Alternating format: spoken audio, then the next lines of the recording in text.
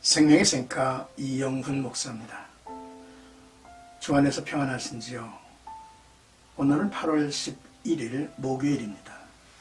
생가에서 잠언서를 묵상해 오고 있는데 42번째 시간이 됐습니다. 13장 21절에서 25절까지 의인의 보응과 악인의 재앙이라는 주제이죠. 오늘 본문은 일반적인 잠언으로 의인과 악인의 삶을 비교하며 거기에 합당한 결과가 상반된다는 것을 말씀하고 있습니다. 먼저 21절에서 22절까지 의인과 죄인의 보응이란 내용이죠. 재앙은 죄인을 따르고 선한 보응은 의인에게 이르느니라. 선인은 그 산업을 자자손손에게 끼쳐도 죄인의 재물은 의인을 위하여 쌓이느니라 했습니다.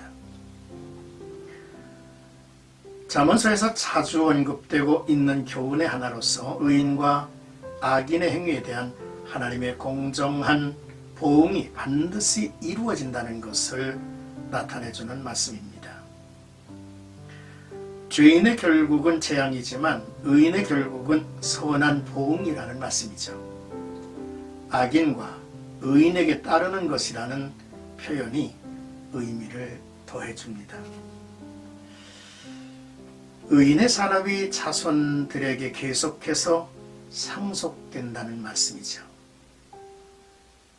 그러나 죄인의 재물은 의인을 위하여 쌓이느니라 했죠. 악인들의 재산은 결국 의인의 재산으로 귀속될 것이라는 의미입니다. 악인의 재물 축적은 의인을 위한 것이라니 세상이 하나님의 통찰에 있음을 보여주는 말씀이기도 하죠. 또한 죄인과 의인이 받는 보응은 단지 재물과 명예 등과 같은 물질적 현상적인 것만이 아니라 영혼의 구원과 멸망이라는 미래적이며 영적인 것까지도 포함하고 있는 말씀이죠. 이제 23절에서 24절까지입니다. 근실한 징계라는 내용이죠. 가난한 자는 밭을 경작함으로 양식이 많아지거니와 불의로 말미암아 가산을 탕진하는 자가 있느니라. 매를 아끼는 자는 그의 자식을 미워함이라.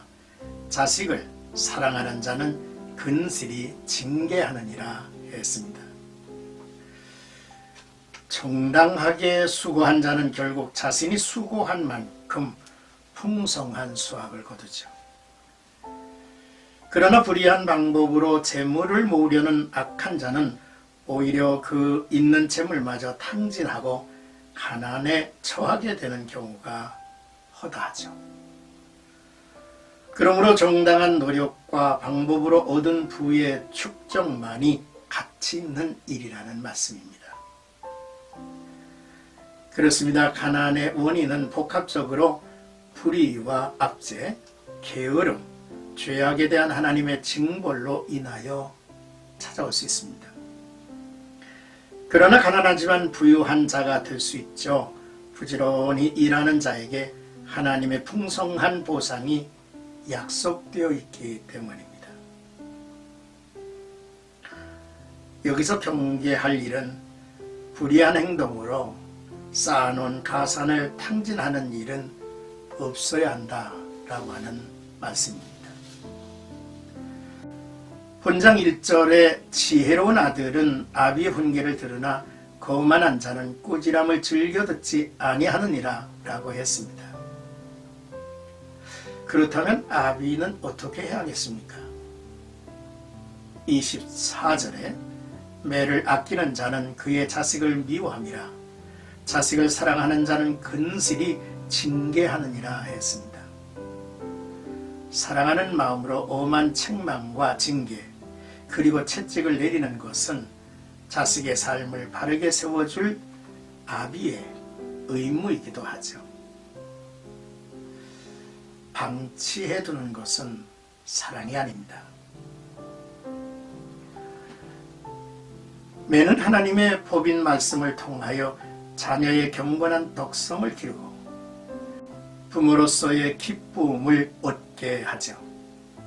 부모가 자녀를 사랑한다고 하여 체벌을 아끼면 이는 자녀를 사랑하는 것이 아니라 멸망의 자리로 버려두는 방치하는 행위이죠. 자녀를 향한 징계는 항상 사랑이 동반된 하나님의 말씀으로 행해져야만 할 일입니다. 끝으로 25절에 의인의 배부름이라는 내용입니다. 의인은 포식하여도 악인의 배는 줄이느니라 했죠. 왜냐하면 하나님께서 의인에게 풍요로움으로 보응하셨기 때문입니다. 의인은 자신이 소유한 모든 것이 하나님으로부터 온 것임을 알고 있습니다. 의인은 자신에게 주어진 것들에 대한 만족할 줄도 알고 감사를 하나님께 드리죠. 그렇지만 악인은 과도한 욕망으로 인하여 아무리 많이 얻을지라도 계속해서 더 많은 것을 원하기 때문에 늘 부족할 수밖에 없습니다.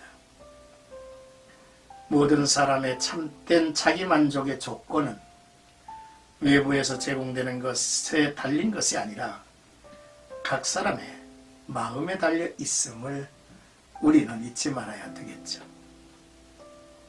오늘의 말씀을 정리해 보면서 첫째, 나의 행위에 뒤따르는 것은 무엇일까를 생각해 봅니다.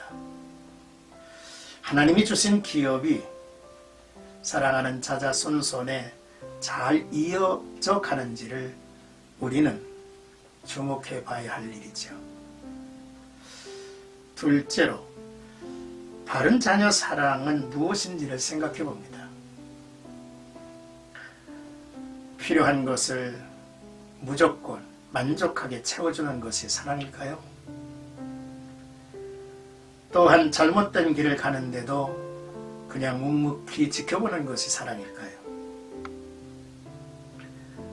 체벌을 할 때에는 주저없이 해야 합니다.